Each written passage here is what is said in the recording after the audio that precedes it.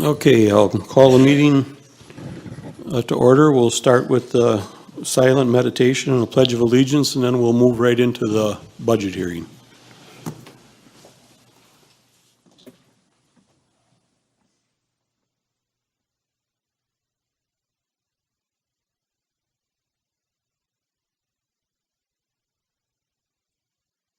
I pledge allegiance to the flag of the United States of America and to the republic for which it stands, one nation, under God, indivisible, with liberty and justice for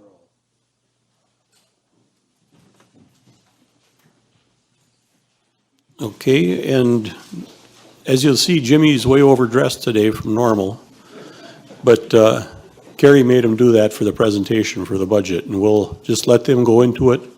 And this would be the start then of the official public hearing that we have to have on the budget.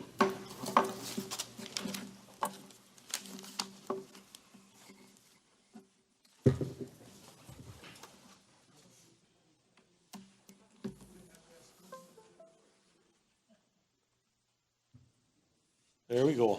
There we go. There's our cover slide. Troublemakers. Them are Carrie's two daughters. She does that a lot.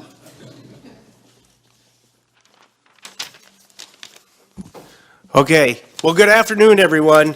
And today we're here to talk about the 2022 budget. I just got a couple opening comments. I was instructed by Kathy to be short today, so I'll be as short as I can be, Kathy. First of all, this is a process we really started in the spring, and we went through the summer till we're here now in the fall. So it is a very long process. We've had some new employees go through the budget, myself included. Carrie and her team, all of her team are new. So that was a whole new staff that has gone through that. In a lot of ways, I think that is very good because we saw some things that hadn't been discussed before. We questioned things a lot more, and I think it was very beneficial, and I think the executive committee actually appreciated that when we went through some things, some of the topics that we discussed in the executive committee. I would be remiss if I didn't have some thank yous to start off with. First of all, for all the department heads, it's a lot of work that they put into this and their staffs that put into this, so thank you. To the committees, certainly I appreciate all the work that the committees had done to put this together.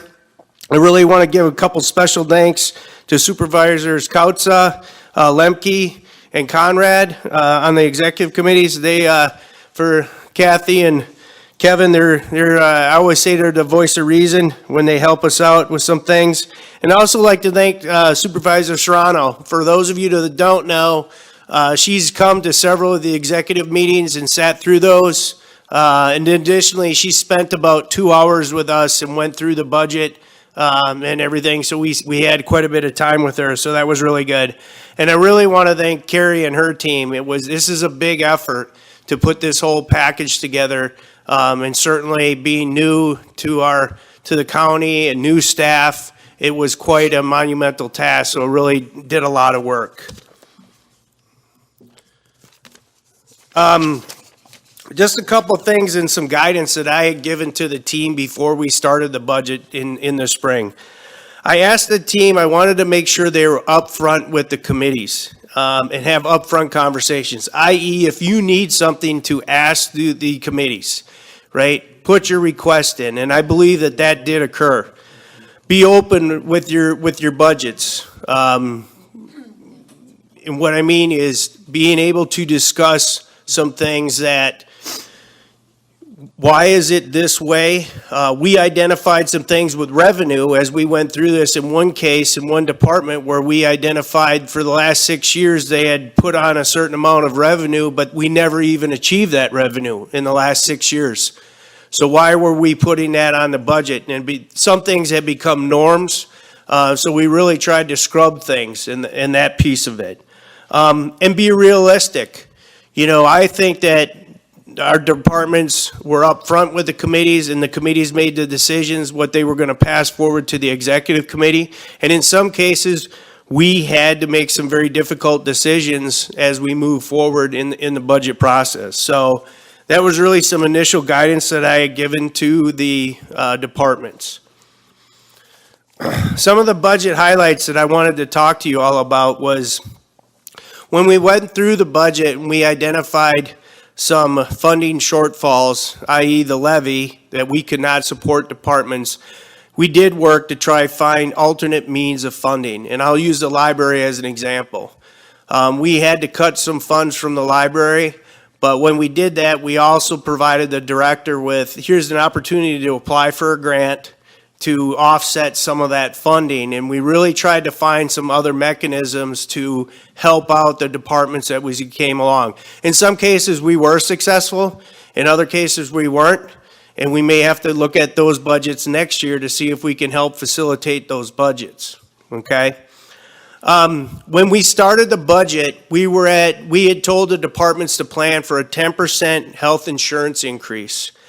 Rachel and her team did an outstanding job really shopping us around with alternate health insurance carriers, et cetera. So that increase came in at roughly 2.5%, saved the county almost $600,000, which really benefited the county and all the departments across the board with that threshold of savings. The plus side for the employees was we got to stay with the same carrier, which we did want to do. And that was very beneficial as we went along. One of the things that we did discover as we got into this was a salary turnover and vacancy rate. In the past, for some departments to make budget, what had been done was if you had, say, 30 employees and you were short 10, the way they were making budget is we would say we're only budgeting for 20, even though you're trying to hire 10 additional people, all right? That's not realistic. That's not the expectation that we wanted to get into, and that was really a cause of concern as we got into this. Additionally, the vacancy rate, and I'll give you an example. Right now, we have 20 open slots in the county, right? The average fill time for a slot is right around 8 weeks before we fill a slot. We've gone from high as 23%. Our lowest we've ever had, we went back, I believe, 5 years, is 9%. So there is, when you plan for a full staff and you don't have a full staff, there is some money that is associated with that, obviously, because you're not paying salaries, you are not paying insurance and those types of things. And this will lead into some of my other discussions here, but we had to look at those things as we got into it. As you know, we are like the rest of the business industry, doesn't matter right now. It is very difficult to find folks to work, incredibly difficult. So that was one of the things we looked at. When we did this budget, we did not include the squad cars for the sheriff's department. The reason is, when we looked at the squad cars, the sheriff's department, over the course of time, as back in 2011, there was a resolution that talked about how do we fund for the sheriff's department. To be very candid, it wasn't followed. So the funding for the sheriff's department vehicles has been cardiac arrest. 1 year we'll do 170,000, the next year we'll do 230,000. That's not a formula for success.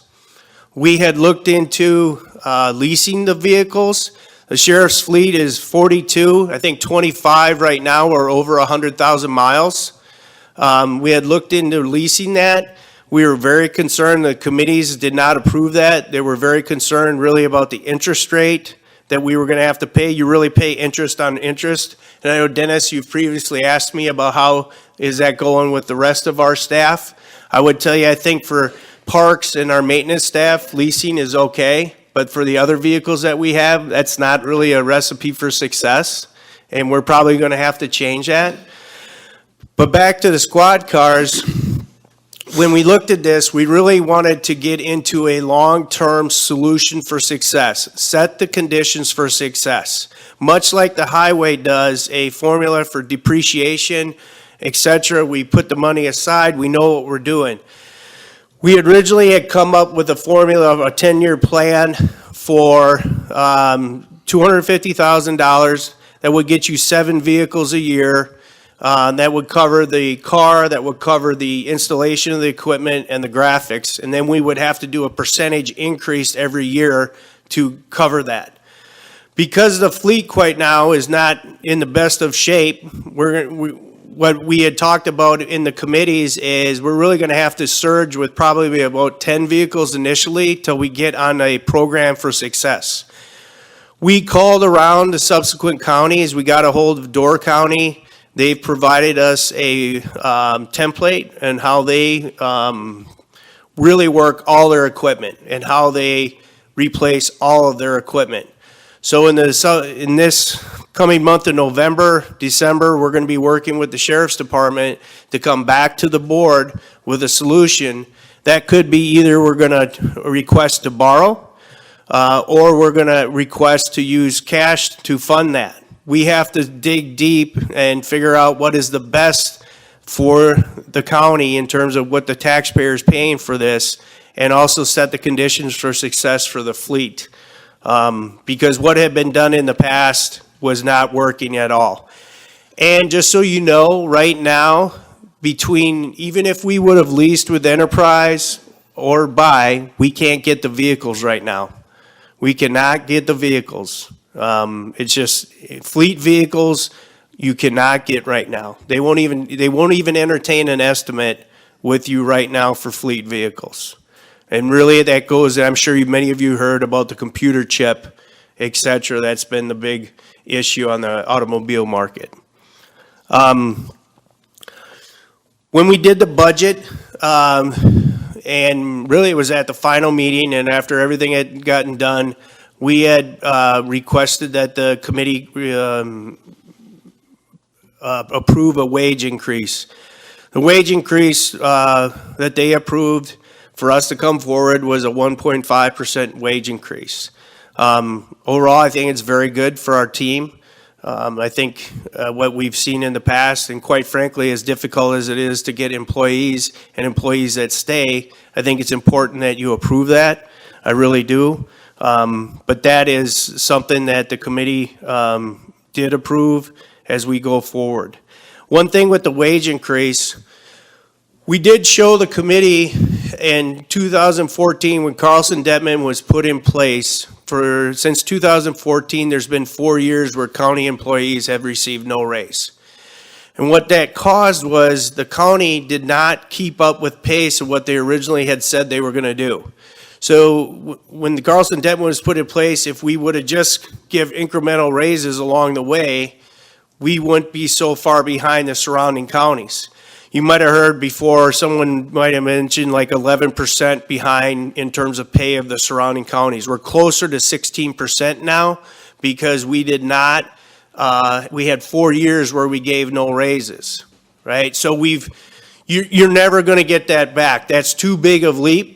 It's just not going to happen. That is way too big a leap. So this was approved by the committee for the 1.5% increase and everything. And the last thing that I want to mention to you is time and time again that this has come up really at the executive committee about having the county having a strategic plan. And when I got on board, that was one of the questions I asked is, do we have a strategic plan that really talks about not only how do we replace vehicles, how do we replace roofs, how do we pay for some of the things that we have, but overall, what are the county's priorities? What do we want to do as a county? How do we set those conditions for success? How do we impact every portion of the county, right? So this has come up, and I actually talked to Brent Miller down at the Counties Association. He said that the executive committee didn't want to do that. That's don't shoot the messenger. But, so here's what I'm going to do. I told Mark Boland this the other day. I'm going to write a strategic plan. So my intent is to have the plan, at least in draft form, completed for the board for the January meeting. So we can set some conditions so we're not always trying to, when we have the roof fail, it should not be when we're fixing the roof, really. And how do we get businesses into our community? How do we replace vehicles as we go along? Those types of things. So that's the intent. If you see my door closed, please knock. I'm probably going to be knocking that out. But those are some of the key points about this budget that have come up that I wanted to make sure I relayed to you. Okay? Does anybody have any questions for me?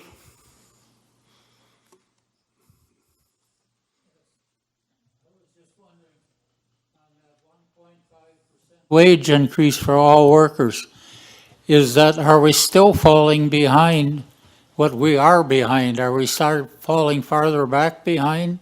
Or is that actually even? We're still the same distance behind, or are we creeping up a little? We'll be about 0.5% behind again.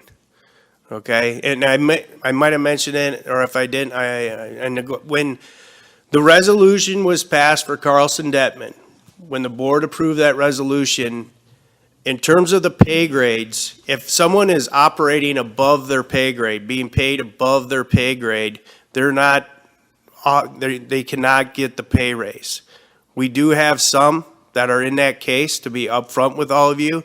The ones that you just did the $3 increase for the correctional officers, that's some, and we have some in another department that won't be affected by this raise. So we're probably looking at, I'm going to say, around 25 total people across the county. Because when the board made that decision on the Carlson Detman resolution in 2014, they're froze. Okay? I think that's going to should be one of the top priorities, because without workers, we aren't going to do anything. It is very hard to get workers, and it's very hard to get specialty workers right now for the Planning and Zoning Committee. As you know, we've struggled to get that certain certifications on individuals with planning and zoning. That's been very difficult going through. We've been blessed with some temporary employees, honestly, that have been exceptional, absolutely exceptional. And we're trying desperately to kind of convince them to apply for some other jobs. But it's really difficult to get employees right now. Any other questions for me before I turn it over to? Deb had one. Yeah, on the same questions, basically when you mentioned 4 years with no raise. When we adopted that Carlson Detman, there was supposed to be kind of a performance-based, you could jump a step on a successful annual review. That's why the annual review is so important. Are you saying departments didn't do the annual review? Or are you saying that increase that can be earned is happening, and you're looking at an additional 1.5%? The step increase, is that what you're talking, Deb? Yes. Yes. That is happening, and then the additional 1.5%. I'm sorry. Okay, Yes. so you're still you do have an increase every year. If their performance evaluation reflects it, then they will get an increase. Yeah, Yes. but all they needed was a satisfactory Yep. evaluation, and let's face it, if it's not satisfactory, you should have somebody in that position that is. So it should be a pretty no-brainer that everyone has the ability to earn that increase. Yes, Okay, so we are looking at that increase plus an additional 1.5%. correct. And I know it bounced all over the place depending on department, but do you know what a total increase? It's how much around percentage that would be? Average? The total cost is around $200K, Okay. okay? And then the other question that I had was, when you're mentioning the squad cars, there was supposed to be a fund where anytime a squad was sold or whatnot, they don't get top dollar for them, but when any of those things that were sold was supposed to go into that fund. Yes. We've sold squad cars and Yes. equipment. Where'd the money go? We're going to look into that, Deb. Because what we discovered was the resolution, in fact, Rick turned me on to the resolution, that it wasn't followed. And honestly, folks, I've got other departments that have hit me up about, say you charge a fee for planning and zoning, right? Where does that money go? We're going to look into a lot of We're- I mean, that's a serious question. yeah, because That's if right, but right now we Somebody have, obviously spent something that was unbudgeted that they where did it go? And it's not necessarily even the sheriff's department. Maybe it got shifted to somewhere else. I don't know. But we have a lot of new people at the top right now, starting with myself. And Carrie is doing an excellent job, very, very excellent. But it takes time to learn the new systems and budgeting, and she's picking up with the new system. And if you want to do some historical looking, you got to go back to the old system that we had. And she simply does not have time to answer every question that comes along. That's been discussed already, and we're going to look into it when we're done and the budget is all completed, and we're going to go back and revisit that. Okay. Okay? Okay, go ahead, Jimmy. I don't see any All other right. questions. All right, well, I'm going to turn the next part of this over to Carrie. So I'll get into some of the more details of the budget. I'm not going to go page by page and, get too high or too into the details. It'll be more of a high-level look. If you have very specific questions, I'm happy at any time to meet with any of you too in my office to, walk through any details regarding the budget, but I'll do my best to answer any questions that you have now. So some of the things that I'll go over are just the tax levy calculation, the rate that's assigned because of that, high-level look at the expenditures and revenues that we have, the levy funding breakout, take a look at the KIP projects that we have proposed, a little piece of the outstanding debt, and then we'll lead into the resolutions that we have tonight. So the first one here is the 2021 operating and debt tax levy. So this kind of walks through the actual calculation of it. There's a big worksheet put together by the Wisconsin DOR that actually calculates most of this out for us. So the numbers are pretty much pulled from there. But we take the prior year levy, we take out the payment that we would have for debt. We add in any terminated TID. We add in net new construction. We had 1.522% for that, actually $240,000, which we were in the third quartile for the state for that. So it was nice to see that for the net new construction. We'll take out the personal property aid payment that we'll receive in 2022. And then the next line item is we add back adjustments from the prior year levy not taken. So I just want to explain this one a little bit. Back in 2019, when the DOR put together the apportionment sheet, there was a piece of the levy that we didn't take. So it's on the sheet this year, and it's $7,000, so it's not big dollars, but we're allowed to take it this year if we'd like. So I figured we'd go ahead and we would take that $7,000, really get every penny we can, to fund our operations here. So that'll be a separate resolution tonight just to approve that $6,900 that we'd be taking from a prior year. That was back in 2019. After that, we'll add in the general obligation debt payments that we'll have this year. So that brings us to a total levy operating in debt of $17,562,689. The next slide here gets into the calculation of the mill rate. So you'll see on the left-hand side, 2021 compared to 2022. So we take our operating levy, the 15.9 million. We're going to add in bridge aid this year. That's something we haven't done for a number of years, but Highway Department said that that's beneficial to us. So we're going to go ahead and add in bridge aid for $185,000. And then we have our debt service or our debt payments that we'll make on the Human Services Building and the JLX borrowing that we had. So that brings us to a mill rate of 4.97 compared to last year at 5.14. So it's a decrease of 17 cents per $1,000 of value. This slide is a very high look at all of our funds. So if you draw attention to the far right side of the graph, the big green bar there shows what our expenditures are proposed for 2022. So that's roughly $60.7 million. On the right-hand side of it, the darker green is going to show our revenues, which is $42 million.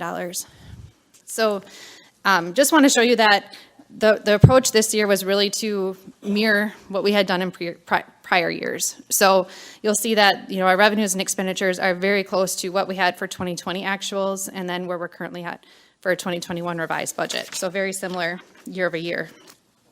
So the difference between our revenues and expenditures here, you'll see we obviously have that large gap. So that's going to be where the tax levy comes into play.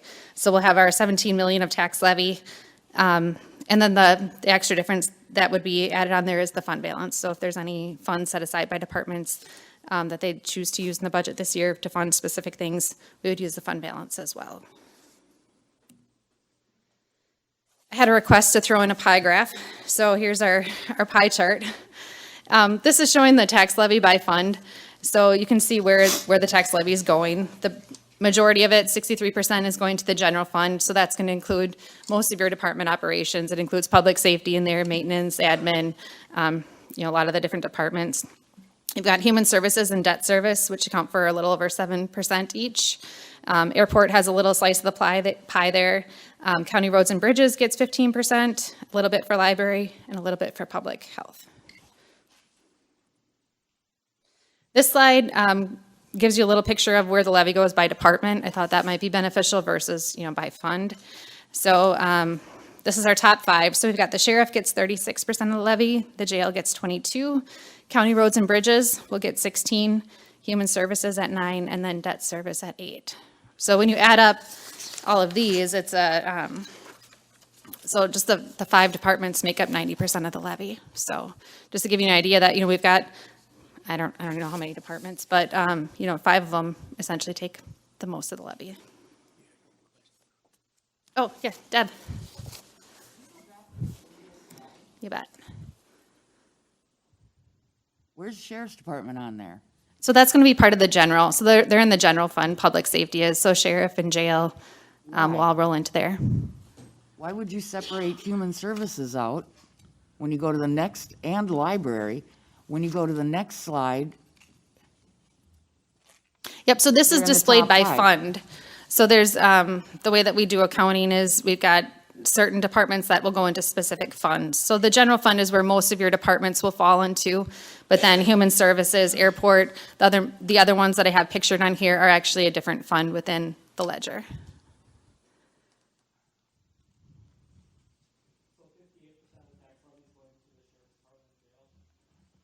Correct, I believe that's correct, yep, 36 plus You guys 22. are gonna have to all wait and take a turn, so it's on the recording for Pam for the minutes, so you can use the mic.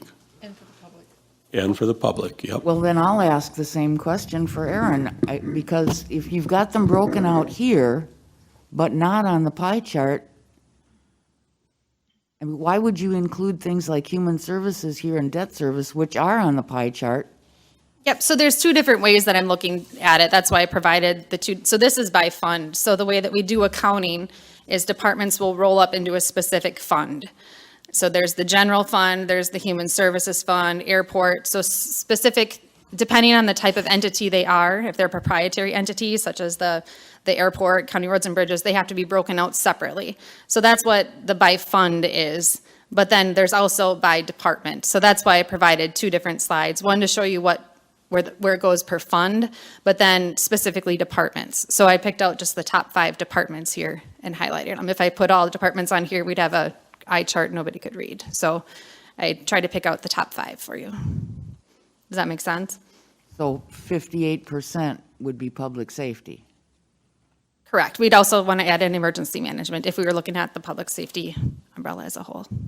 But yes. Okay. Is that it, Deb? Yep. Okay, go ahead, Carrie. All right, the next slide here, if you're following along in your books, but this would be the KIP book. The KIP book, we went with a more simple approach this year. Last year, there was a lot of different pages with a lot of charts of funding and timing. We tried to simplify it this year and just have it really in, one chart that shows you the funding across 2 years and then all the funding sources as well. So up here right now is the projects that were approved through the KIP committee, which will be a resolution here this afternoon. So the total funding, or the total dollar amount for these projects is the $851,100. The next slide here, I'm showing where that funding is coming from. So we use sales tax to fund KIP projects. When we receive in a payment for sales tax, we automatically, per resolution, take 10% of that, and we set that aside and give it to KIP. So we have, I guess you could say, like a bank account for KIP that we can use for these capital projects. So from that bank account, we're using the $371,000 in 2022. We also receive funds from the Ho-Chunk tribe, $82,500, so we'll be using that on projects as well. And then, as all of you know, we've got the American Recovery Funds. So any projects that could apply to the American Recovery Funds, we put those aside and we'll be spending those funds there. And then we've got other funding, which comes from just departments specifically where they've got funds set aside or they've got grant funding that came in for certain projects.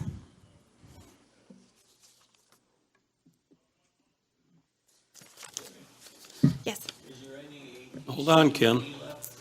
There is ATC money left. When I started, I had a note from my predecessor telling me that we really needed to audit the amount of money that we had left. So the ledger says $1 amount.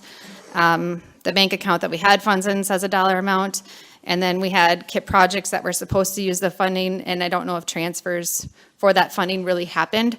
So we do have funds set aside, but I'd like to take some time to really audit that account to find out how much funding do we have before we commit anything to any new projects.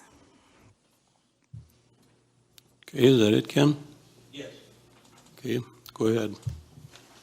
This slide here is, I just wanted to give you a snapshot or a look at where we're at debt-wise.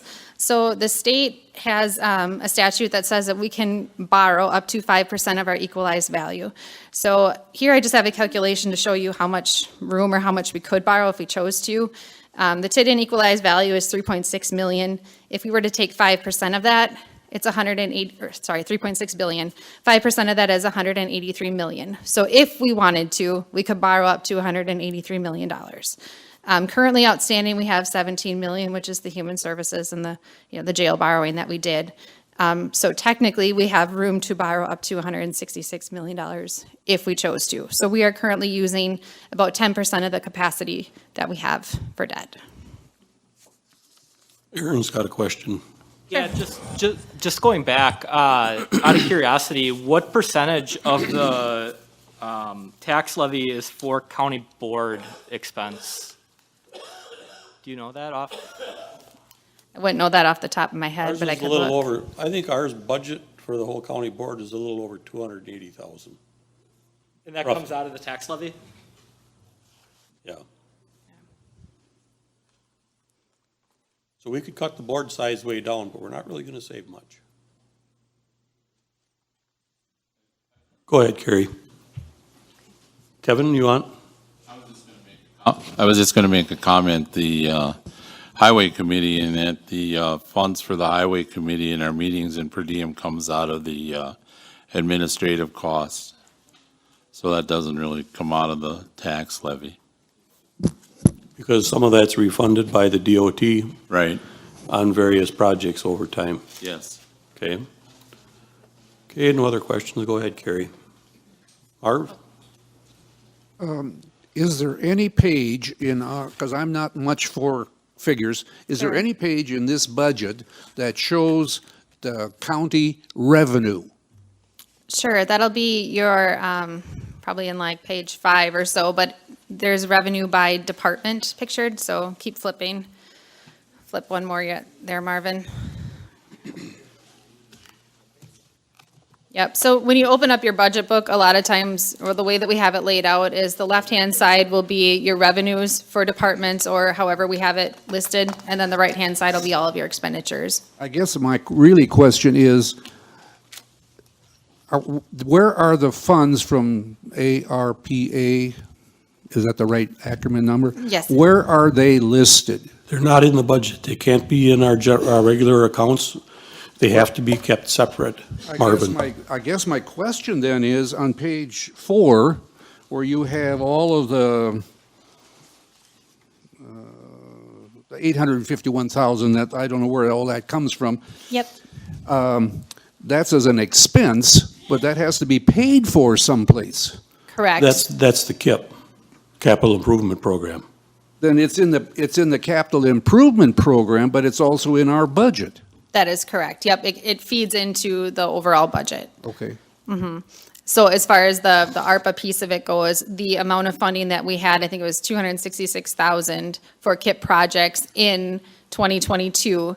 That is reflected in the budget book. It's reflected as a revenue coming in and then an expenditure going out. So it really washes as a whole in the budget. But the Yep. balance itself would be more on the balance sheet, whereas this is more of your profit and loss. It's just your revenues and expenditures. Because I was wondering, we got more than $851,000 or whatever that amount is in ARPA Correct. funds. Oh, yes. Oh, yes. Right now, Jimmy took a look at that earlier today. So with all the projects that we are accounted for, we have about $2 million left in the first round of the ARPA funding. But that's not listed anyplace yet, is there? It's not those reflect, funds? no, the balance is not reflected in there, but some of those KIP projects that you mentioned that make up the 851,000 will be funded through some of that. Sandy? I guess I have a question on the 82,500 for the tribal funds. There's a number of years that we get that. What year are we in for that? That I'm not sure of, if it's, I don't know if there was an actual contract or anything with that, or if it's just on a year-by-year basis that we receive the funding. I thought it was for up to 20 years or whatever. I thought there was the end date to that, 20 years for what? that we would receive that money. The ARPA? No, No, the whole tribal chunk? funds, the whole chunk. chunk tribal. Oh, that I couldn't answer. Do you have any idea, Kathy? I know, that's why I was trying to think, what year are we on that? One at a time for the tape. We can get back to you, Sandy, and we can get back to you on that one.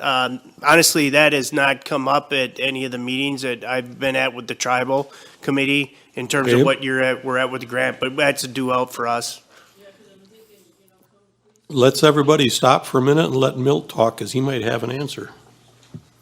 That is in the gaming compact that the Ho-Chunk Nation and the state of Wisconsin agreed upon. It's ongoing forever until the compact is changed.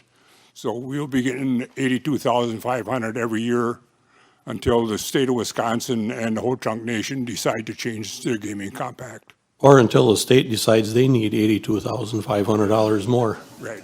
Okay.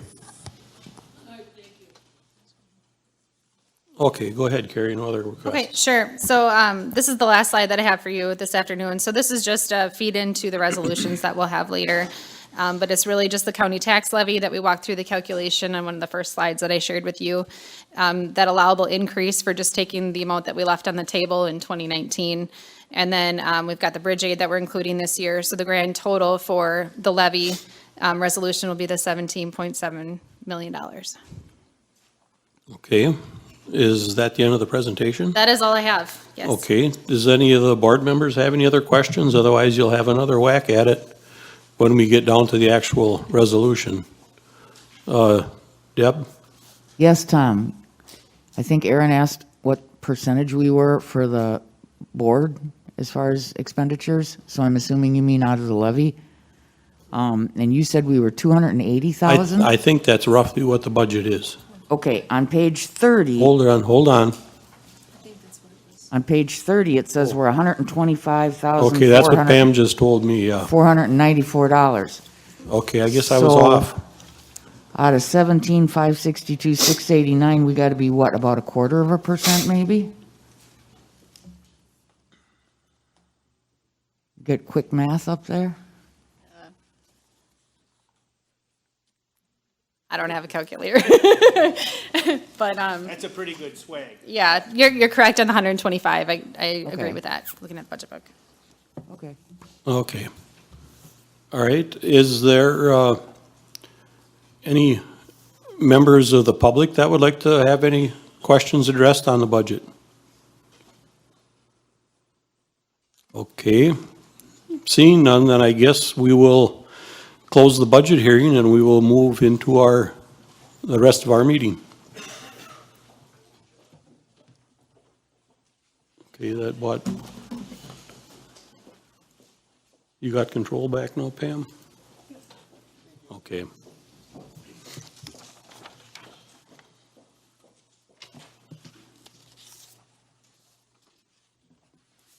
Okay, the next item of business we have is the chairman's report.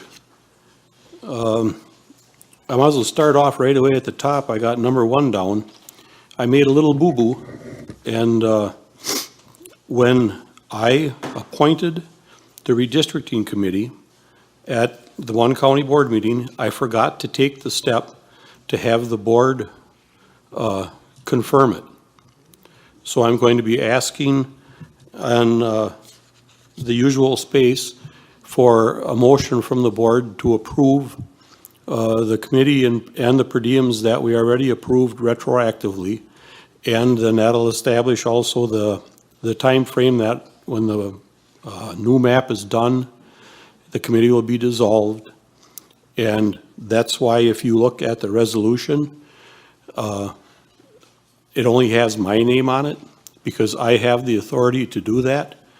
And the board, the committee that I appointed would only be considered advisory up to this date and time. So if you see that, that's the reason for that. Some of that's going to, and I'll take the blame for the whole thing. It's one of the county board rules, and I missed the boat on it. But that's going back to where I said earlier, we have lots of new people at the top, me included, and I guess I'm human, I made a mistake. We had a joint meeting of the Public Property Committee and the Library Board, but we didn't quite have enough from the Library Board to have a quorum. And we were discussing the possibility of a new library, what it would look like, where it would go, just a ton of questions in general.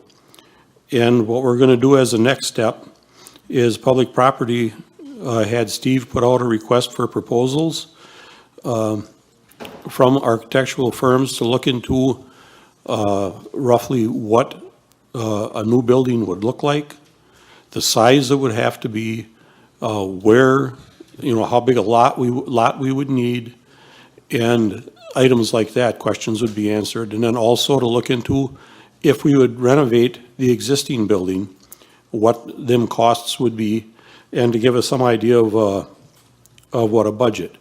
And I had brought this up earlier when we got the ARPA money, that I thought that would be, in my mind, the next biggest thing that the county would need would be either replacing that building or doing some serious work on it, because there was a terrific amount of money requested for KIP projects this year for what that building would need.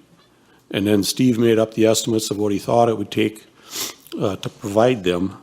So that's the route we took, and we just started the process. We're not building no new library tomorrow or anything like that, but that's the route we're working on with that right now.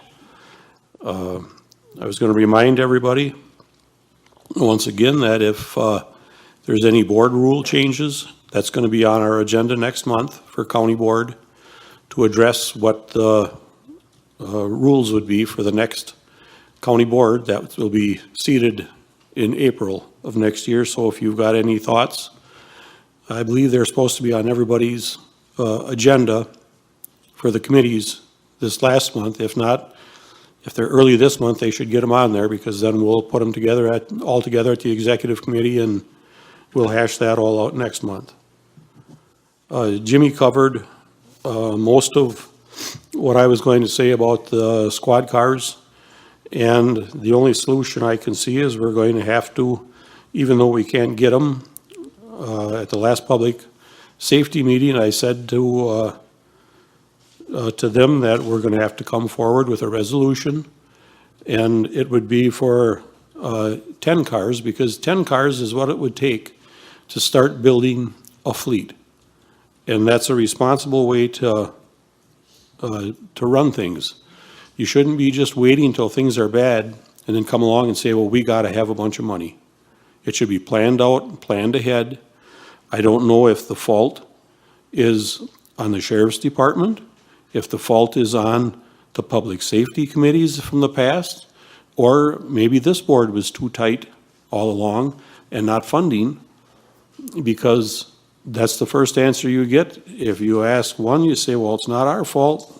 You wouldn't give us the money. So that's one of the items we'll be working on. And that'll probably be coming forward, and the board will decide then if we're gonna, through resolution, if we're gonna take some money out of the general fund to fund squad cars or not, I guess. I asked them if they would get by with some mopeds, but that didn't work. The only other thing I was gonna bring up was, the members that attended the Counties Association, if there was any meetings you went to that you would like to comment on at all or inform the rest of the board. To me, the biggest one that I was interested in that I seen, and don't get excited, I'm not saying it's going to happen here, is I was really surprised to see that Washera County has a countywide EMS that they've run, and their person that runs that, I believe, handles most of the things for the state, or he did at one time. And I was gonna have our emergency management director start putting together a little information, but this is just a thought, to look into it and see what it would cost, because it has become a significant problem everywhere to get people to show up for, like for my area, for the Burnwood area ambulance service, to get people to show up. A call came in one time for the ambulance to be dispatched, and there was not enough people there to go. So we keep an ambulance over in Mattoon, and Mattoon couldn't respond.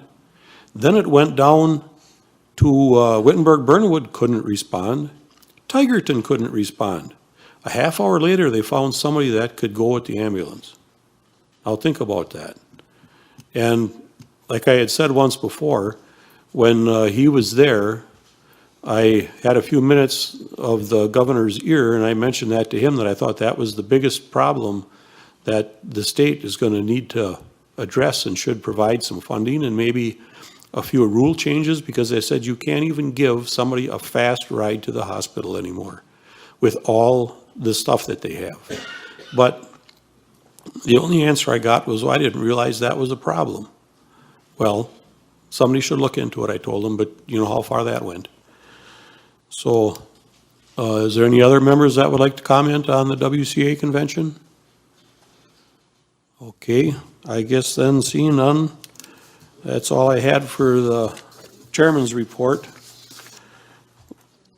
We will move on then to a motion to deviate from the order of the agenda if necessary. Motion by Randy Young, seconded by Gene Hoppy.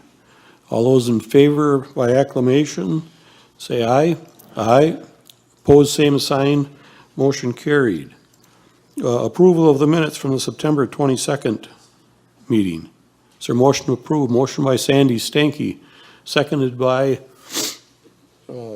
Terry Tipton. Is there any discussion? If not, we can do this one also by acclamation. All those in favor say aye. Aye. Opposed, same sign. Motion carried. Number 7, is there any members of the public that would like to speak for public comment? Okay, got one hand in the back there. Please come up to the front and state your name and address then for the record.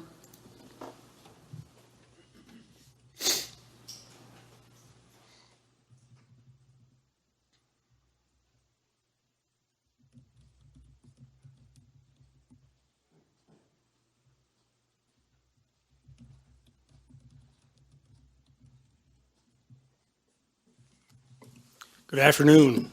My name is Chris Gam. I live at 205 East Park Street in the village of Bondwell. And I'm also a county employee that's been here, I'm in my 28th year of service to the county. So I wasn't going to come up and talk today. I wanted to take my considerations and my interests through my representative, but he didn't get back to me. So that's kind of why I'm here today. And I'm kind of talking about, I like to make some comments just about the budget. And I know some things that frustrate me as being here as long as I have, that things just don't make sense to me, and common sense is not used in the decision-making process for whatever reason. I know, Jim, you talked about, specialty employees, and I think someone over here mentioned how important it is for us to keep employees, and are we at a risk of losing employees? I can tell you, being here 27 years, you are in an emergency with keeping employees. I think last year, or the year before, you lost, 8 department heads? Those are specialty employees. We've lost 50, 60 officers through the sheriff's department for various reasons. That's an emergency. Right now, we can't get new people to apply because based on wages. I've been a training officer in our department for more than 20 years. I've been training since Milt was with our department. That's how far back I go. And the people that we get now, the new trainees that we get, are light years behind the training that we got years ago. We need funds in our budget. Our budget has been cut last 15 years at a minimum. Every year, our budget is cut. For no apparent reason, except I've heard comments at board meetings and finance meetings, people that aren't here any longer, that say, cut them to the bone. For what reason?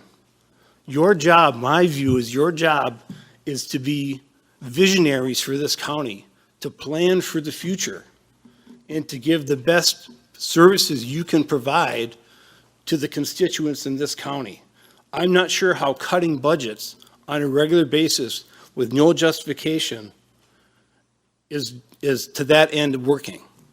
And when you cut budgets and we can't provide services, squad cars, we've been on a replacement plan for years. And that was cut because our budget was cut, we couldn't afford it. Back in the day, many of you weren't here, I know I worked with Deb Nofke. I ran a radio plan, a radio program. We had a plan every 5 years. It was never followed. Then we had an emergency with the radios. We had to come to you and get emergency funds to pay that. Then we had problems with the towers, where our towers were depleted. We needed new towers. The plan wasn't followed. And then we had to go into emergency funds, get money from the general fund to build towers. And now we're at the point where we can't keep employees. My job, employees or friends that I work with in agencies around us, Brown County is $15 an hour more for the same job that I do. Outagamie is $12 an hour more. Why wouldn't I want to leave? I'm not from Shawano County, but I've been serving this community and I want to stay here. So you don't have to match them, but at least make it adequate for people to want to stay here. So you talk about the Carlson-Detman study. Well, when that study was finished, it was 18 months old. And then you were planning on changing wages, and then you were only going to do it at 95% of what they said. So by the time that gets approved, you're already 3 years behind. The cost of living adjustment for 2021 or 2022 is 5.9%. So when your cost of living goes up, your insurance rates go up, and you're only giving them 1.5%, you need to look at the future and retaining your employees. You need skilled employees here, and they're becoming harder and harder to find. And I understand that's a challenge, but I think, years ago, you had a budget resolution where you kept $8 million in your general fund for a rainy day. Well, you've been in a pandemic for 2 years. You haven't needed to touch that money. I think maybe you need to look at it, reducing the money that's required to be kept in that fund and start providing it for policies and for your departments that are in need of funding. When you've cut for years and years, all your budgets you've cut. You used to be doing, 20 miles a year on road construction? Now you're doing 5? How is that a service to the community?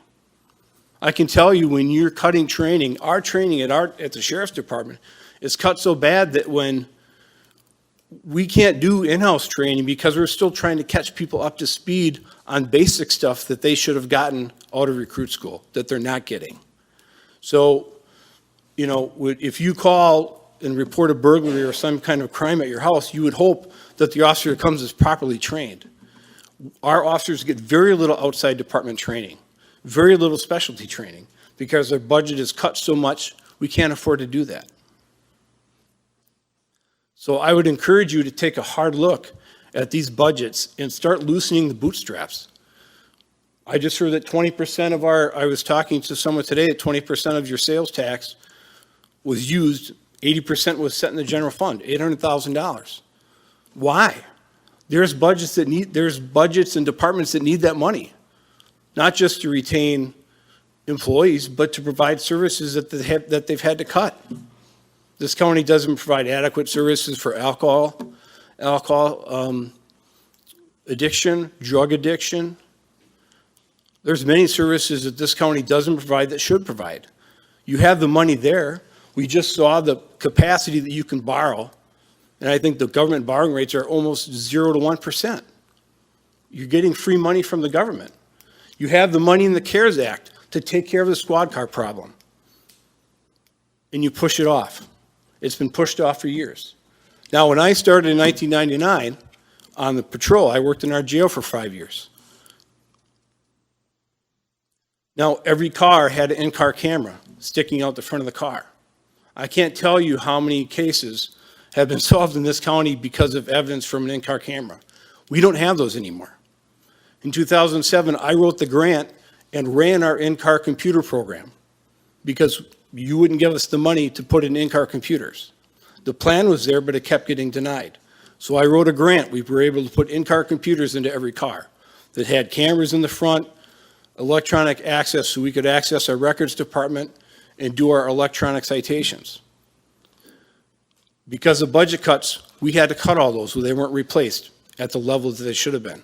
So now we have tablet computers, but they have no front camera capability. And now we have a package to resolve that issue, fix our body camera problems. You have the money there, you have the capacity to do it, and yet it's not done. That's what the CARES Act is for. Everybody talks about police accountability. That's what cameras do. They protect not only the officer, but they protect the county from unwanted warrants when the evidence is right there for everybody to see. But that's cut. I can't understand why those issues are being pushed aside when the money is there, and I think it's short-sighted. That was not cut. Was it pushed off, sir? Yes, at the Public Safety Committee, the top of the Sheriff's Department told us, we're going to wait till the next round of ARPA money comes in. But you had the capacity to put that in at that time. If the county Possibly, wanted to, yes. yes, Yeah. that's what I'm saying. Yeah. The capacity is there. Mm-hmm. The need is there. And I was, The want is there. and one thing you're missing that you don't get to see is I was called one day and I was told, we don't need the cameras for the cars. We need the body cameras though, and we think we can get them out of our 1%. And I said, okay, that's fine, let's do it. And guess what? When we got to the Public Safety Committee meeting, they wanted to have all of them then. So why do I get a phone call saying we don't need them for the squad cars? I don't know. See, I don't know either, sir. I know I've been to many public safety meetings, Yep. and it's everything that public safety says yes, and it comes to the county board meeting, and the county and the representatives in that committee who we sold it to, who are supposed to sell it to you folks for approval, don't say anything. So I can't answer to that, and I don't want to debate you. Because I'm just. I don't you know, either, I'm just, Yeah. And there's a lot more I understand there's more to to it the picture. than what you think. Yeah, well, I understand that. But my issue is that in the long run, and what's happened in the history in the past, is that everything gets pushed off when it shouldn't be pushed off. Where there's a need, when a department has a need, and you have the funds to provide that need, provide it. That's what you're here to do. You're here to see the future needs and provide them. That's all I'm trying to say. Whether it be the Sheriff's Department or Human Resources or Child Support or Planning and Zoning, whatever those departments are, every one of those departments has lost people, lost employees. And those are skill sets that you're not going to be able to get back just in a couple of years.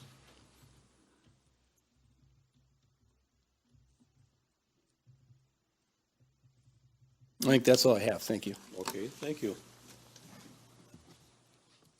Okay.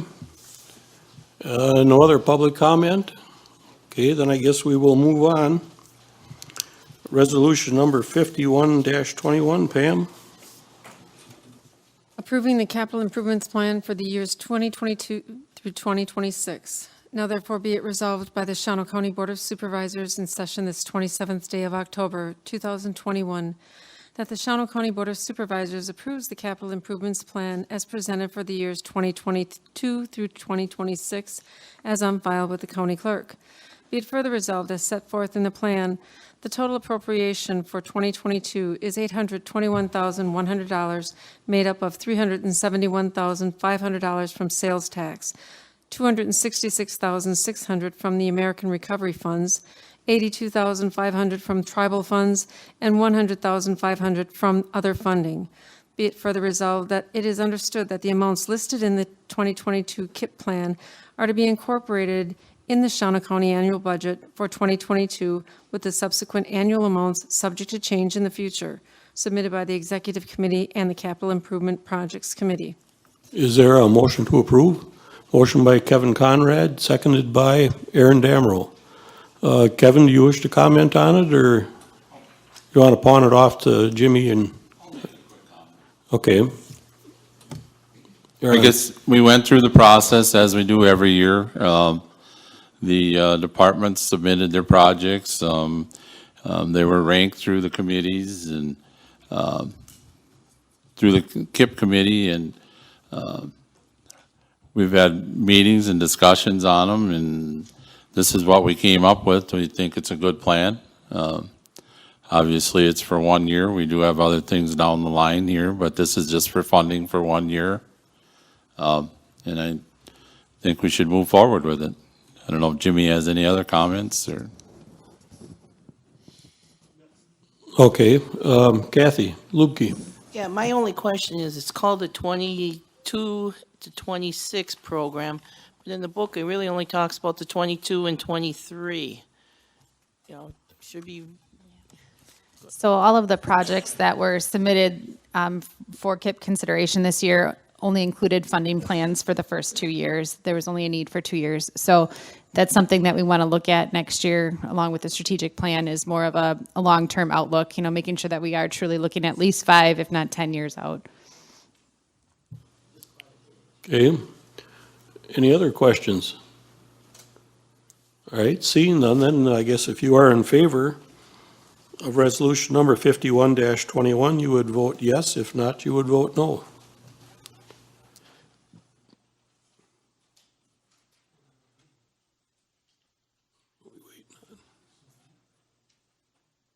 Joel? Sandy?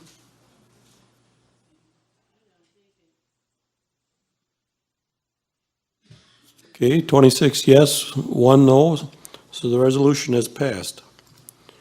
Item number 9, resolution number 52-21, Pam. Approving 2021 allowable levy limit increase for prior year's unused levy carry forward.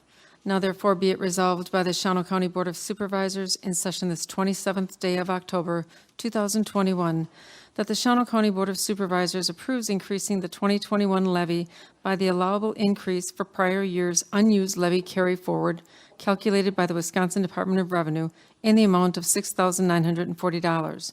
And be it further resolved that these funds are incorporated into the resolution regarding the tax levy for 2021, submitted by the Executive Committee.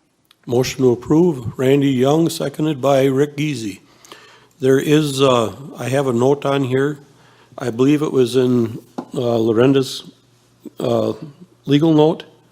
And I actually do think it is in the one of the whereases as well. I noted that I incorrectly stated the wrong majority that we needed for this to pass through county board and the wrong statute. But in my legal note, I say that it requires a 2/3 majority. It actually requires a 3/4 majority to pass through county board, and that state statute is actually 660602 sub 3 sub F sub 3 sub A.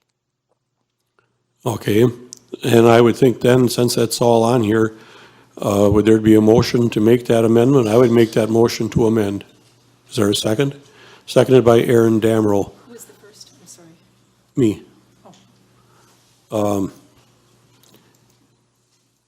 Do you need all that information again, Pam? I've got it written down. So I should be okay. Okay, so strictly on the amendment, are there any questions or comments?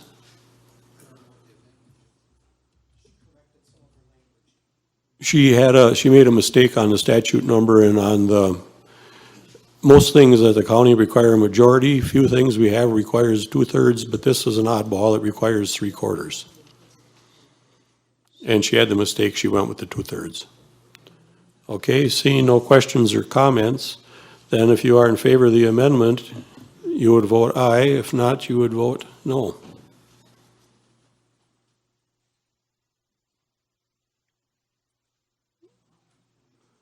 Okay, 26 yes, 1 no. So the amendment has passed. Now we are back on to any questions or comments on the resolution as amended. Randy? So if we don't approve it, what happens to the money then? Do we just lose it or stays where it was? Eventually, it'll fall off that we can no longer claim it. All right. The state's already shrinking the levy that we're allowed to, and if we don't pass this, we're shrinking it more ourselves. Okay, thank you. Any other questions or comments? Okay, seeing none, then I guess if you are in favor of resolution number 52-21 as amended, you would vote yes. If not, you would vote no.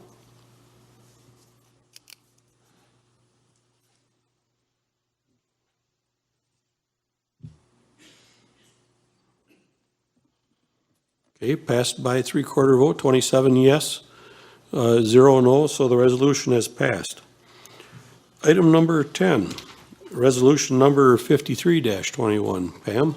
To approve the tax levy for 2021 collected in 2022. Now therefore be it resolved by the Shawano County Board of Supervisors in session this 27th day of October, 2021, that the 2022 budget appropriations in the sums and for the purposes herein set forth in the Shawano County 22 budget are hereby adopted. Be it further resolved that the following be and is hereby declared the tax levy for 2021 collected in 2022. There is levied upon the taxable property of Shawano County the sum of $17,748,282 for county operations. Grand total of all taxes, $17,748,282, submitted by the Executive Committee. Is there a motion to approve? Motion by Gene Hoppy, seconded by Terry Tipton again. Any questions or comments? This is actually what sets the levy in the budget. Deb Nofke. Yeah, just for the benefit of everybody here, which line are we looking at where we have any department that got cut?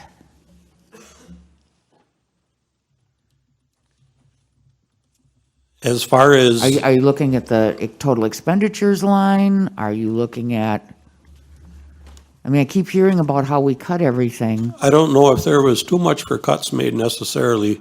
Everybody was given the same appropriation that they had last year. Yeah, I can't find And many- anybody where well- 2021 is bigger than 2022. Many departments came in over, and then the executive committee in the end decided that we had to go back and we had to make the numbers come out to match the levy limit. And there is one department that's been getting a lot of discussion to where theirs was allowed to increase. And we just keep told we're cutting and cutting and cutting. And I'm just trying to their find budget which did one, increase. which one is cut and which line you're looking at to see it cut, because you've got total revenues, total expenditures, and net cost. And whether you look at total expenditures, which would in theory be authorized, or whether you look at the actual cost, I can't find any department, except for maybe planning and zoning has a net cost decrease. And that might be from, But their expenditures have an increase, and I'm trying to find which department did we cut, because I can't find one. I don't believe anybody was trimmed below the appropriation they were given. Right, most of the departments ended up wanting additional funds from their initial allocation that we provided them, which the initial allocation was the same as what they had gotten in Yeah, but- 2021. So if there was a department that had a cut, it was maybe because of turnover and, reduced salaries or a different benefit election, And there something were- along those lines. There were a couple of departments that did come in under what the amount was for last year, but not by huge amounts or anything like that. So I don't know either, all this cut. We didn't cut. We cut what more was added. what some departments asked for. So every department got an increase, which wasn't enough. No, they got the same to start as last year because of our levy limit, Deb. We can't increase, we get such a small amount, and that goes along with the Okay. comments from the gentleman earlier, that I don't know if they're aware that from the state, as we all know, we're limited by what we can increase the tax. We can't tax any more than what we did the last year, just a few dollars more. Okay, so as far as you know, every department got exactly what they did last year allocated. Yeah, and then we went from there. And a few departments managed to come in just under that. And the amount that we could increase went to a few other departments. So We had some that, like Tom said, increased, and I'll give you an example, like the county clerk's office. We have 4 elections coming up. We had to increase the clerk's office. The veterans, we increased because Nick now wants to take the insurance, so we had to increase that, et cetera. We had a couple. When we went to the final meeting with the executive committee, Deb, of the 24 departments, 12, we looked at 12 significantly because 12 were over what we had allocated. In some cases, as I've mentioned, like the clerk's office, the veterans office, we didn't make any adjustments to.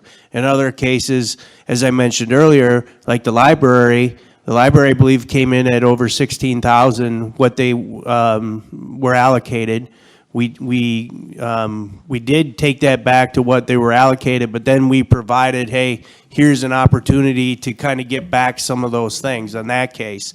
So we tried to keep it as close as we could as we went along from what the initial allocations were, which were basically very close to what they had been the previous year. Okay, then the other question would be, is where in here do we have the increase in the fringe, the PTO benefit? I believe that's all blended in, isn't it, in each department's budget? We have 7 additional days. And last board meeting, I had asked for what the fiscal was on that. So that is all blended into that in each department. Deb, we went back after I talked to you on the phone and we looked, and there was really no significant increase in it whatsoever. I also went back to the attorney to make sure that what had occurred with going through the executive committee was proper. He confirmed that. But that's really no significant increase whatsoever. You can't give an entire employee base 7 additional days of pay and have no fiscal impact. Sure you can. What you're actually doing then, in the real world, they would call that you're lowering the productivity. That's actually what that does, Deb. It doesn't change any dollar amount. Not at all. But it's a decrease in productivity. And right now, this country's full of it. There's no dollar figure to give you for that. There is none. Arlen? Yes, I was just wondering, that 1.5% in increase in wages, that's already in the department budgets, isn't it? Correct. John Ainsworth. Thank you. We hear a lot of comments about turnover in employees, number of roads, miles of road that we pave. We can't pay enough, we need more services, and we can't levy any more. We can't levy any more. We can levy any amount. We can levy any amount that the constituents approve of by referendum. In the years I've been here, I've never gotten one call for increased services. All the calls for increased services come from employees.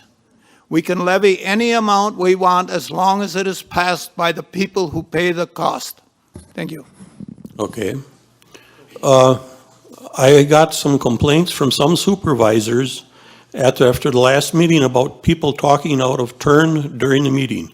If you'd like to have a discussion with the sheriff, Deb, please take it out in the hall.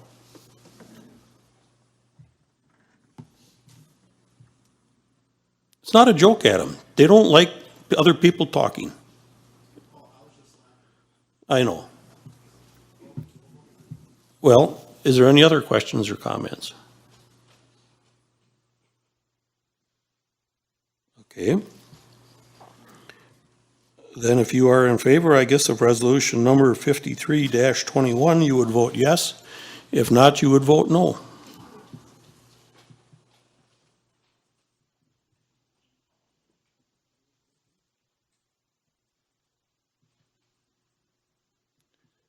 Twenty-six yes, 1 no, so the resolution has passed. Item number 11, resolution number 24-21, Pam? 5421, approving the sale of the Maple Lane Oh, Healthcare excuse me. Center Sewer and Water Service System. Now therefore be it resolved by the Shawano County Board of Supervisors in session this 27th day of October, 2021, that they approve the sale of the system consistent with the signed agreement and hereby authorize the county board chair and county clerk to execute the sale agreement and other documents necessary to effectuate the final sale of the Maple Lane Healthcare Center Sewer and Water Service System. Be it further resolved that Shawano County will deed the parcels around the treatment lagoons, sampling house, metering house, and well number 1 as part of the sale to North Shore, along with granting access and service easements to North Shore shortly after the land surveys are completed and recorded with the Register of Deeds, indicating the actual description of parcels and any access and service easements submitted by the Public Property Committee. Is there a motion to approve? Motion by Jerry Erdman, seconded by John Ainsworth. Do you wish to comment, Jerry? Am I on? Yep. Okay, good deal. Yeah, this utility has been costing Shawano County money for years, and this is a good thing, believe it or not. Steve got the money. The check has been deposited. It's going to save us money in the not in his wallet. Thank you. No wonder why you gained 4 inches. But no, this is really a good thing. We've been the only county really in the state that has a utility. And with getting rid of this, it's going to be, I can't say less work for our department, but it'll certainly slow things down a little bit regarding Maple Lane out there. But in the long run, we're going to be out of the utility business. We're going to save money. We got the check, so Steve, you want to comment further? I'm up here if there's questions. I got other ones, Jerry. Sandy, Stanky? Now, Speak in the mic, please. did you sell this back to like a corporation? Because according to what I understand, this piece of property is in bankruptcy. Piece of property in bankruptcy. Maple Lane. I'm not aware of any of that, and if they are, their check cleared. That's all we have to worry about. That's all we have to worry about. Okay, thank you. Deb Nofke. North Shore owns the former Maple Lane facility, which without a sewer and water system, they couldn't sell it and they can't do it, which then you leave this facility in limbo. This way, at least for the people that own it, it's their utility, it goes with the unit, because that was the only customer for this utility. So we're not gonna operate and maintain it anymore. The plan was to shut the thing down, and then what would have happened to that facility? So we don't really want to obstruct putting that piece of property back into service. And so this is a good thing all around, for us and for the owners of North Shore and whoever ends up eventually using it. That's great. North Shore also owns Birch Hill and Evergreen. Okay. Any other questions or comments? Well, seeing none, then I guess if you are in favor of selling the utilities, you would vote yes. If not, you would vote no.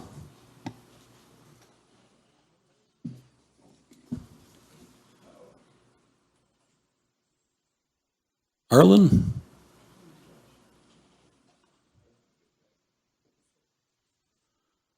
Twenty-seven yes, 0 no, so the resolution is passed.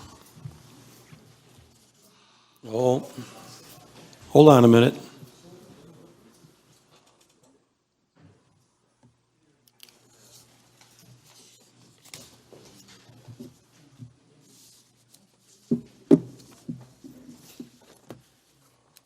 Okay, good to go. Yep. Okay. Item number 12, resolution number 55-21. To authorize the application to the State of Wisconsin Department of Justice for law enforcement assistance to the Ho-Chunk Nation. Now therefore be it resolved by the Shawano County Board of Supervisors in session this 27th day of October, 2021, that Shawano County make an application to the State of Wisconsin Department of Justice for law enforcement funding assistance in accordance with Wisconsin State Statute Section 165.90 for the year 2022. Be it further resolved that a working agreement between the parties has been approved by the Shawano County Public Safety Committee, the Tribal Affairs Committee, and the Shawano County Corporation Council as required by the application prior to any funds being expended, submitted by the Public Safety Committee and the Tribal Affairs Committee. Is there a motion to approve? Motion by Milt Markwart, seconded by Richard Furfecki. Any questions or comments? Do you, Kathy or Mark, do you want to speak on it? It's just a standard annual pass-through that we do. Okay, well, no questions or comments, then I guess if you are in favor of approving resolution number 55-21, you would vote yes. If not, you would vote no.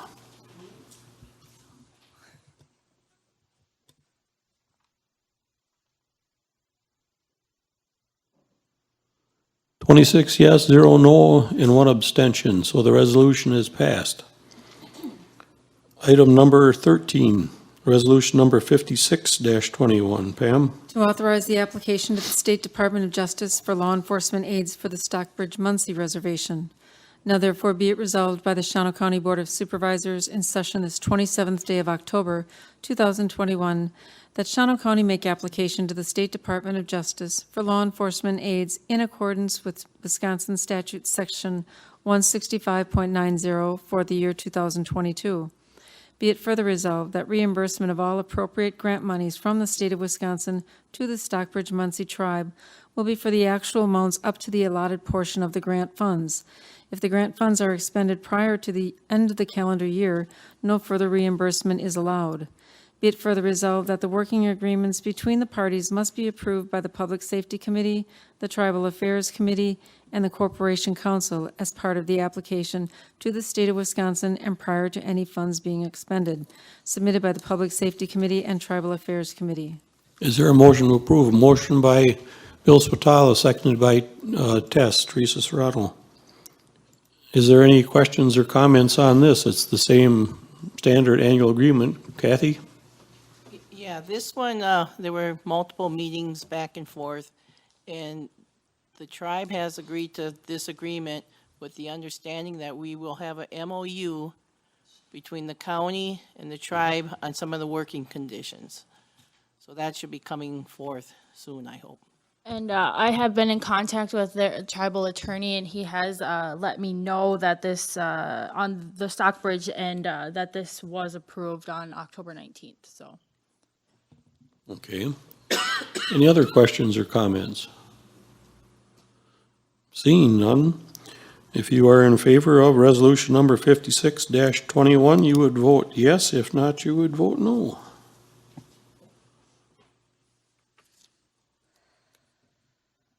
Dennis? We have 25 yes, 0 no, and 2 abstentions. So the resolution has passed. Resolution, or item number 14, resolution number 57-21. Pam? To apply for a Northern and Middle States Rural Law Enforcement Training and Technical Assistance Grant awarded by the Bureau of Justice Assistance. Now therefore be it resolved by the Shawano County Board of Supervisors in session this 20th day of October 2021 does hereby approve the application of the Bureau of Justice Assistant Grant for Shawano County in the amount up to $150,000 to be used over a 2-year period for use toward purchasing 2 canine squad cages, Crime Light Auto, forensic digital camera, Gray Key forensic access tool with advanced package that includes a 2-year contract for up to 225 unlocks per year, other computer lab equipment such as servers, switches, and storage, and 2 CoverTrack GPS units with the 2-year subscription. Be it further resolved that if the grant is awarded, the Public Safety Committee shall oversee the proper receipt and expenditure of these grant funds, submitted by the Public Safety Committee. The motion to approve, motion by Joe Miller, seconded by Mike Wiesner. Mark, do you wish to comment on it, or? Okay. My mistake. Just giving them permission to apply for the grant. Okay. And we did discuss this at the last executive committee meeting, that we shouldn't be, I believe it's in our rules right now, or we passed a resolution that they have to get approval before they apply. And we want to change that. We're going to it where they can apply for any grant possible, but they have to get approval before it's accepted. That way we know what the strings are. But if there's one coming up and they need to apply for it, we told them, apply for it. I mean, get the thing. If it's money coming from the state, apply for it, or from the federal government. And then before we accept it, then we'll look at the strings that could be attached. We don't want to miss one just for lack of having a scheduled meeting. Is there any questions or comments on it? I guess just from my end, I don't know if Pam noted this, but I think there was a typo in, I know, I'm sorry about the typos, but a typo in regards to the date on Be It Further Resolved that says October 20th. Today is the 27th, so I guess that would just need to be amended. Okay. Making that a motion, Aaron? Okay. Seconded by Deb Nofke. Is there any questions or comments on the amendment? Okay, seeing none, then if you are in favor of the amendment, you would vote yes. If not, you would vote no. Hold on. The boss told me to gotta wait a minute. Okay.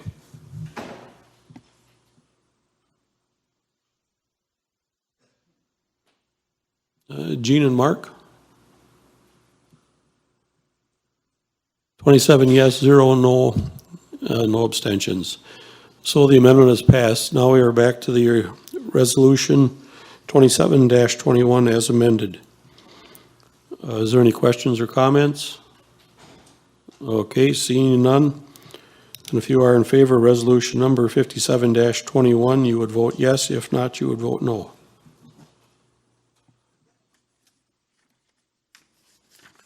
Yes, 0 no, so the resolution has passed. Item number 15, resolution number 58-21. Pam? To approve the tentative supervisory districts. Now therefore be it resolved by the Shawano County Board of Supervisors on this 27th day of October 2021 that the proposed tentative supervisory district map is adopted as a tentative supervisory district plan for Shawano County. Be it further resolved by the Shawano County Board of Supervisors that the tentative supervisory district plan contained herein be transmitted to each municipality of the county with instructions regarding the action required under Wisconsin Stat 5.15 within 60 days of receipt and said tentative redistricting plan. Be it further resolved by the Shawano County Board of Supervisors that a public hearing be held within 60 days of receipt of all ward plans as proposed by municipalities, and that said hearing solicit comments on the draft supervisory district plan and ward boundaries prior to the final adoption of a supervisory district plan by the Shawano County Board of Supervisors, submitted by Thomas Kotza, Shawano County Board Chair. Motion to approve. Motion by Teresa Serrano, seconded by Jean Hoppy. Questions or comments? This is the one where I established the committee and I forgot to get final approval from the board. So the committee was only advisory, and when we get down to appointments, we're asking that you make the committee you approve the committee. So from here on out, it is an official county committee. Deb Nofke. And the effective date of this map being implemented is? I mean, don't you think that's kind of important? No, because we can't give you an effective date. We have to have, it has to go now to the ones where there's going to be changes to their wards, if I remember right, Dave, correct? And they have to approve the wards. I'll let Dave answer that. He's the expert.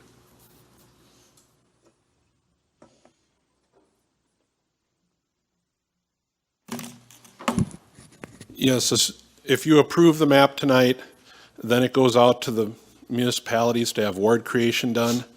They send the wards back to us. Once they send the wards back to us, that kicks off the third phase, where we'll have another public hearing, then the vote for the final map. You know, after that vote for the final map, that's when the map would go into effect. How that affects elections depends upon when that is. And the only elections that it really affects are us, the county board. Correct.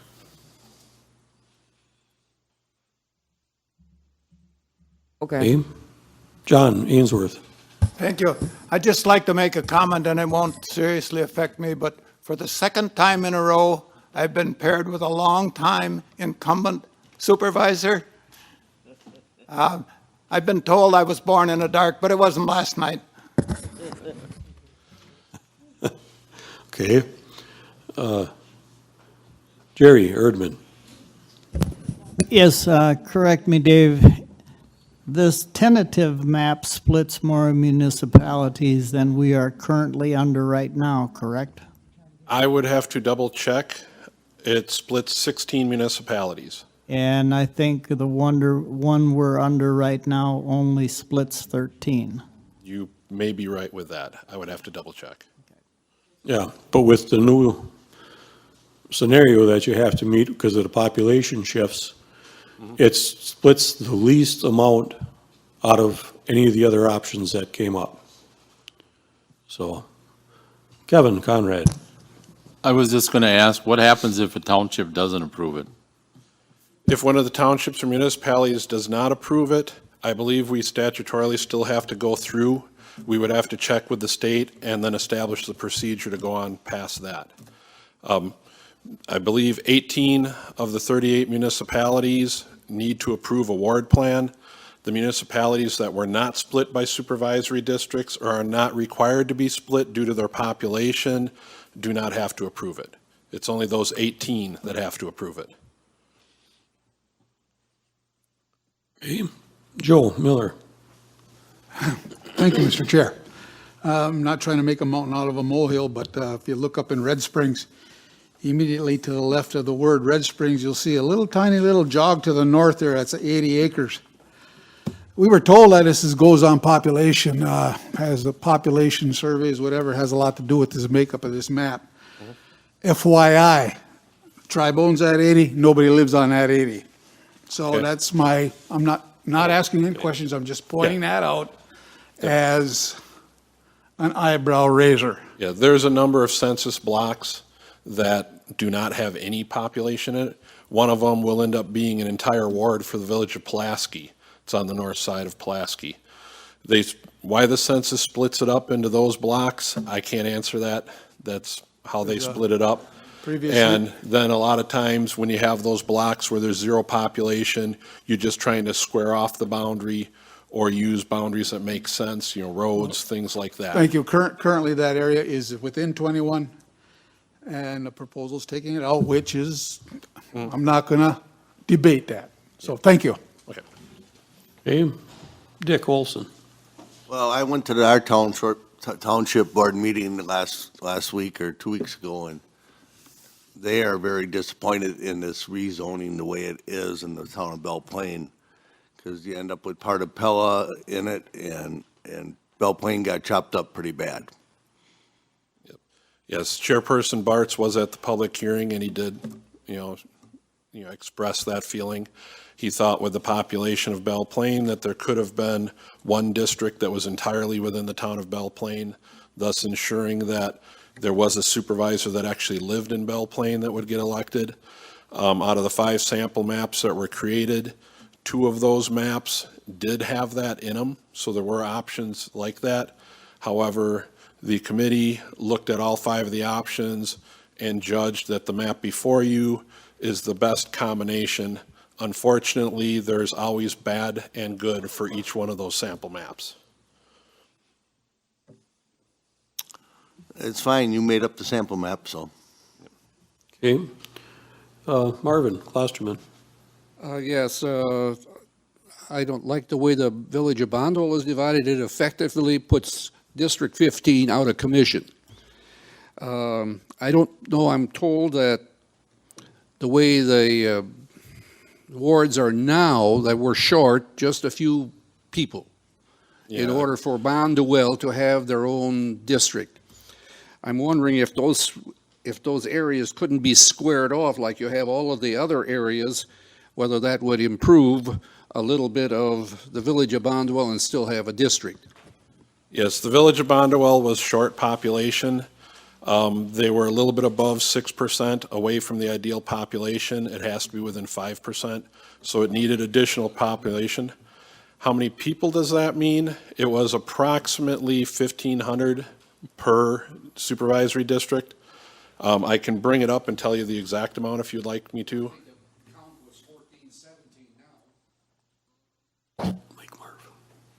Use the mic, Marv. I think census was for Bondwell was 1417, if I'm not mistaken.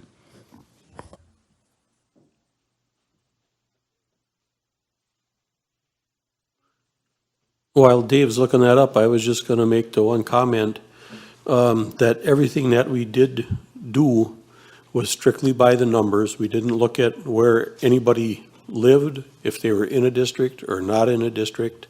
It was strictly by the numbers. Yes, Go ahead, Dave. the ideal population is 1514. The actual population was 1417. You know, so approximately 100 people. So, but by squaring off a little bit, you probably could gain a few of those. But you can't always just square off, Marvin, because it doesn't show on the map that they got census blocks where, when they do the census. Yes. Basically what He's got happened. it all at once, he's got Yeah. to take one. What happened with Bondwell is you needed to add a minimum of approximately 50 to 60 people to get within the population goals. To take a small chunk of Heartland of 60 people and move it in and create a ward of 50 or 60 people. There was an option on the 5 maps that did that. However, that's not desirable. So it made sense with this map, it was split down the middle roughly, and then primarily along the existing ward lines that you've had for the last 10 years. And then one ward was put in with one district, one ward was put in with the other district to create compact districts. To square up Angelica and Heartland on the east and west part, you took part of what is now, a little part of Angelica out and had it in Heartland, but you took that out of Heartland to make up for that population. I suppose you took it out of Bondwell. Yeah, anytime that you make a change in the population shifts, it definitely cascades and dominoes across, so you end up changing many things to get the populations to work out right. Okay. Sandy would like to speak, but I guess she had to do something else in the meantime, so. Any other questions or comments? All right. Seeing none, I guess then if you are in favor to approve the tentative supervisory districts, you would vote yes. If not, you would vote no.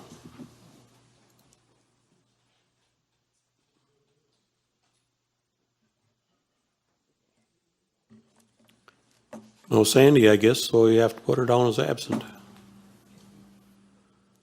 You have 18 yes and 8 no, so the tentative district map has been approved.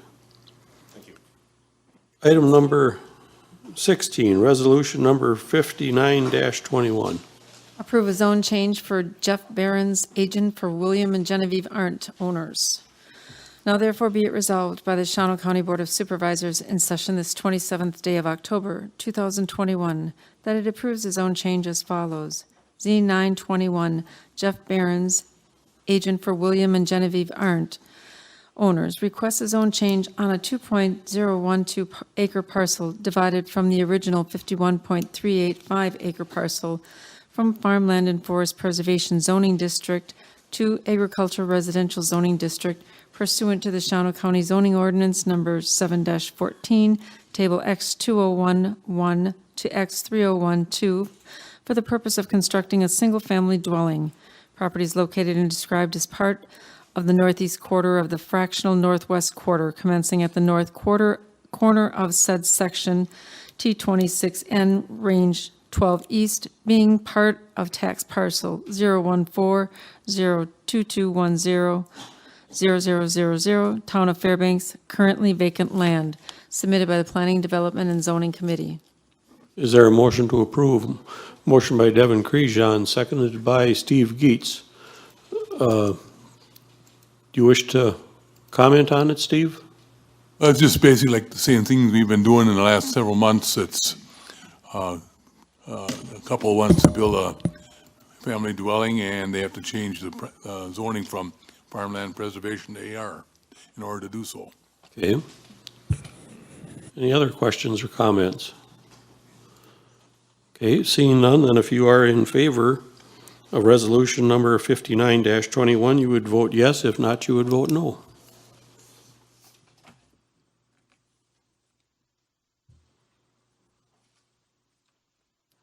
(27) yes, 0 no, so the resolution has passed. Item number 17, annual reports.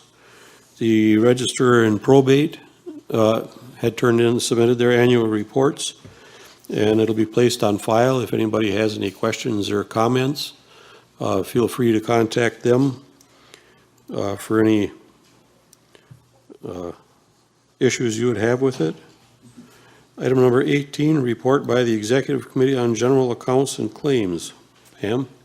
Approving the September general accounts listing in the amount of $36,629.26. Is there a motion to approve? Motion by Kevin Conrad, seconded by Gene Hoppy. Any questions or comments? Seeing none, then if you are in favor of paying the bills, you would vote yes. If not, you would vote no.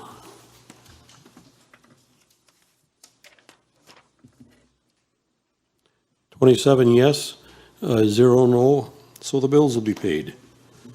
Item number 19, special orders or appointments. I am asking the board to basically go back, and this is to confirm and clear up my little boo-boo that I made, and appoint Jerry Erdman, myself, Kimberly Leffel, Kathy Lubke, Milt Marquardt, Teresa Serrano, and Arlen Tober to a redistricting committee. And Kevin, go ahead, Kevin. Okay. A motion by Kevin, seconded by Gene. Is there any questions or comments? Deb? Yes, I think you need a retroactive date or they can't have been paid.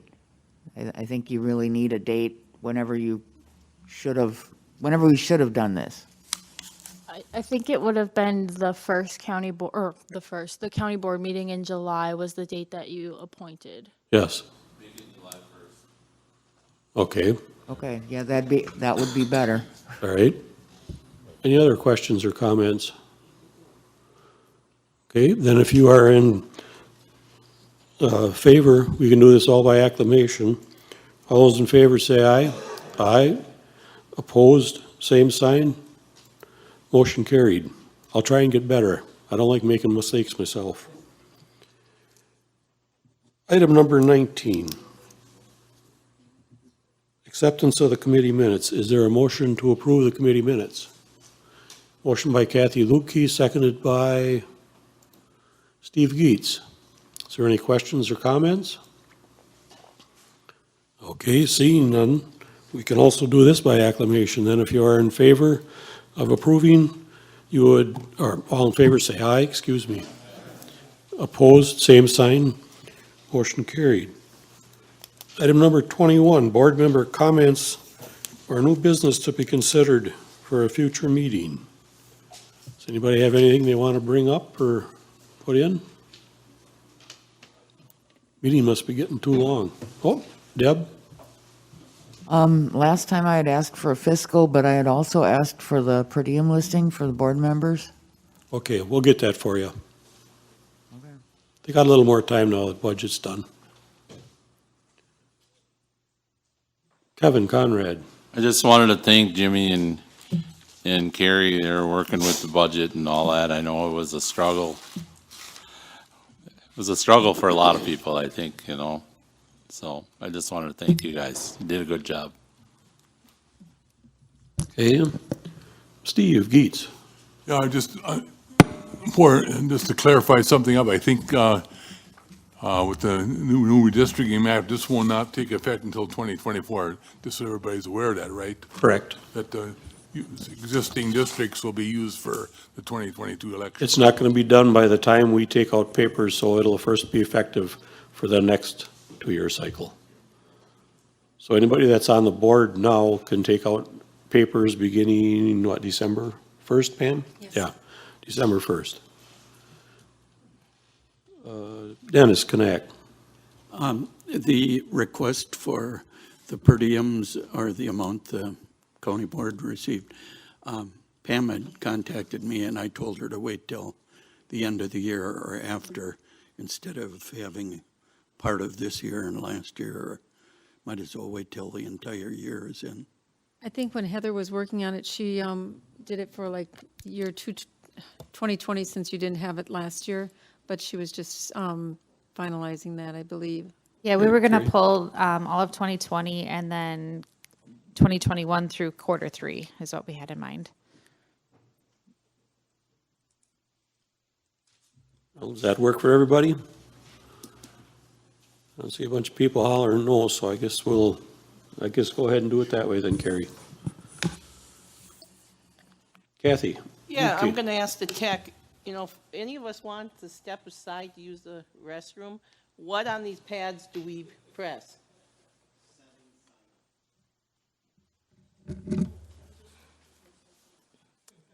Wait, okay, setting, because I'm thinking I'm not the only one that kind of questions, but we go to the settings? Okay. It does. Oh, all right. I guess we just get up and leave like Sandy did, and we'll move on without you. Otherwise, you gotta go down to the corner and press settings, and that's gonna get complicated. No, I just wanted everybody to ask. I'm sure others had the same. We'll put Matt on that. I know, I can figure it out when, now I know, but, thank you. You're on executive, take that up with Matt the next time Okay, I he's will, there, yeah, well. and we'll give it to him. I figured Sandy that was. Any other questions or comments? Okay, seeing none.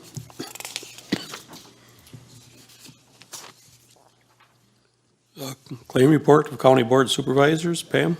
For today's meeting with 27 members present, a total per diem and mileage paid out is $2,461.80. Motion to approve.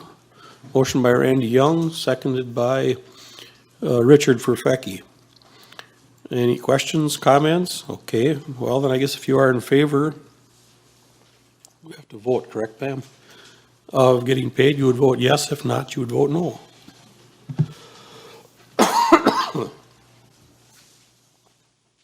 Jerry?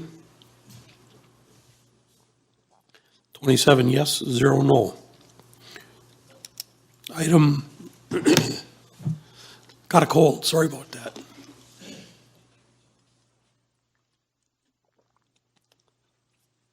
Number 23, remember it's November, things will be ahead.